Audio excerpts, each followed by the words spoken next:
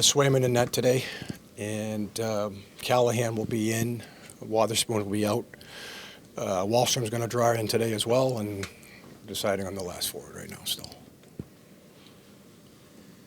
Early this year, Pasta had acknowledged that he hadn't been feeling like himself on the ice, but the last month or so he's been playing more like the guy that we've been accustomed to. Did you see anything that kind of clicked for him that sparked this run? Not really. I just think, I've said this before, I just think, he starts getting some production offensively. The puck starts going in. The plays that he was making earlier, maybe we weren't finishing off quite as well. And once those guys start producing and they start to, accumulate some points, they feel better about themselves because he's here to drive offense for us, right? That's how he feels, and that's what we need from him. So I can't pinpoint any one thing.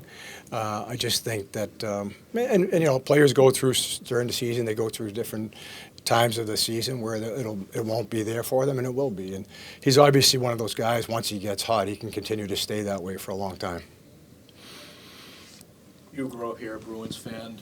We used to see a lot more of the Rangers. Do you remember them coming to town when you were just a kid and watching? Anybody stick out in your mind?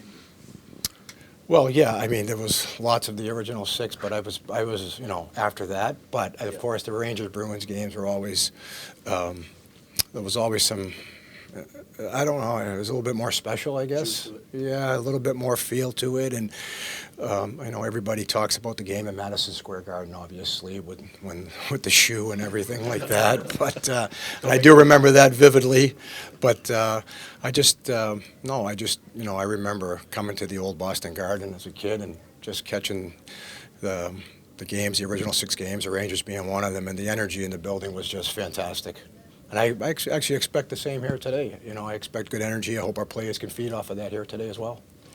Wallstrom's been in and out for a number of reasons. What's he got to do to kind of get his spot and stick with it? Well, he's actually been pretty good when he's played. In fairness to Wally, he just hasn't been able to finish off like some of his opportunities.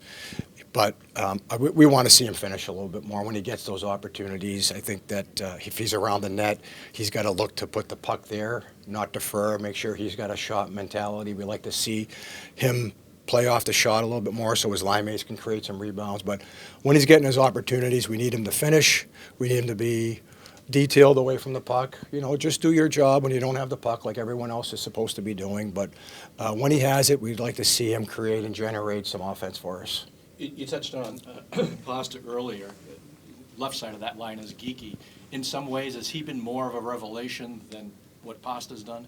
Yeah, I believe so. I think, if you look at his production, I think that's fair over the last, whatever it's been, 25, 30 games or so. And I said this before, too. I think some of that has to do with the players that he's playing with. But in fairness to Geeks, he has responded, and he's done a really good job on that line.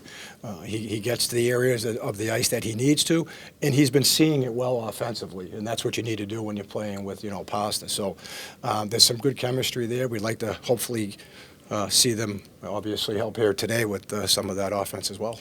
Speaking of that line, how key has Zacha's 200-foot game been to making that line? It's very important. I think that that flies under the radar. I think that you don't realize how much work that takes to, when you're playing that 200-foot game, especially in our system, the way we play, you rely a lot on your sentiment to do a lot of the work down low. And that frees up David and Geeks to do their thing a little bit more offensively, especially David. So there's a lot of work that goes in there for Pasta. And like I said, it goes unnoticed at times, not by us as a staff, but probably unnoticed by people who don't see the way we do it on a daily basis.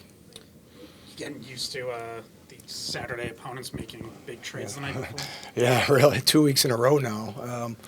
So it worked for us last week. We'll see what happens this week. But no, obviously they're going to have a spark here today, like Colorado did last week. It creates some energy in their room. I'm sure I can't speak on what's going on there, but anytime a player gets traded, obviously the room, there's some type of new energy in there. But it's going to be really incumbent upon us here today to make sure that we're ready to play. Like I said, I'd like to see us feed off the energy in the building here today as well.